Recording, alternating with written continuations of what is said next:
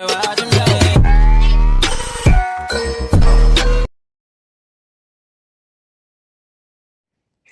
जंगल में बंटी कबूतर अपनी पत्नी मुन्नी चिड़िया के साथ रहा करता था।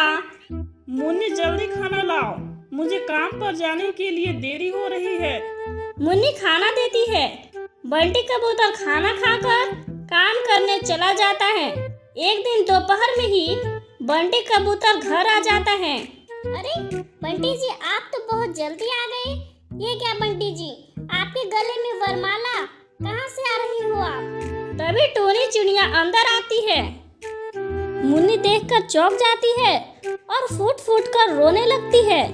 बंटी जी, आपने मुझे इतनी बड़ी सजा क्यों दी? मेरे प्यार में क्या कमी हो गई थी बंटी जी? बिना कुछ कहे ही वो घर के अंदर चला जाता है। ए बदमाश चिड़िया, चली जाओ यहाँ से। मेरे पति मुझसे बहुत प्यार करते हैं। जरूर तुमने ही उन्हें डराया धमकाया होगा। चली जाओ यहाँ से, वरना मैं तुम्हें जिंदा नहीं छोड़ूंगी। हो गया तेरा, बहुत बोल लिया तुमने। मैं यहाँ से कहीं नहीं जाऊंगी। ये घर अब मेरा भी है, समझी तुम? टोनी चिड़िया अंदर आ जाती है। तुझे इस घर में बिल्कुल भी नहीं रहने दूंगी। अभी मैं बंटी जी से जाकर बात करती हूँ। बंटी कबूतर के पास जाती है। बंटी जी, आप उस टुनी को अभी इसी वक्त घर से बाहर निकालिए। आपकी पत्नी मैं हूँ, सिर्फ मैं। मुन्नी प्लीज मुझे अकेला छोड़ दो। अगर तुम्हें टूनी के साथ इस घर में नहीं रहना है तो तुम ये घर छोड़कर जा सकती हो। बंटी की ऐसी कड़वी बातों को सुनकर रोने लगती है और वहाँ से चली जाती है। दिन मुन्नी और टुन्नी के बीच लड़ाइयाँ होती ही रहती थी। बंटी कबूतर अब परेशान हो चुका था। एक दिन बंटी कबूतर काम पर जा रहा था।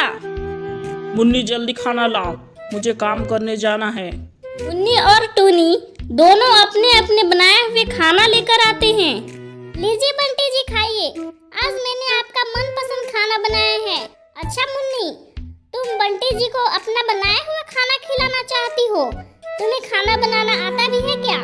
कहा तुमने मुझे खाना बनाना नहीं आता है। करमजली, तेरी माँ ने तुझे कुछ सिखाया भी है? तेरा बनाया हुआ खाना अगर कोई देख भी लेना तो वो इस दुनिया को छोड़कर चला जाएगा। इसी बात पर दोनों की बहस हो जाती है। दोनों खूब लड़ती हैं। बस करो तुम दोनों, थक गया हूँ मैं तुम दोनों से। तुम दोनों के कारण रोज मुझे अपने मालिक की डांट सुननी पड़ती है। जा रहा हूँ मैं काम करने, लड़ती रहो तुम दोनों। बंटी जी, खाना खाकर तो जाइए। तुम दोनों की बातों से मेरा पेट भर गया, नहीं खाना है मुझे। बंटी कबूतर गुस्सा होकर चला जाता है। बिना खाए भेज दिया ना तुमने। बहुत बदमाश हो तुम। मेरे ही नसीब फूटे थे। हम दोनों कितना खुश थे, लेकिन तुमने हमारी जिंदगी बर्बाद कर दी।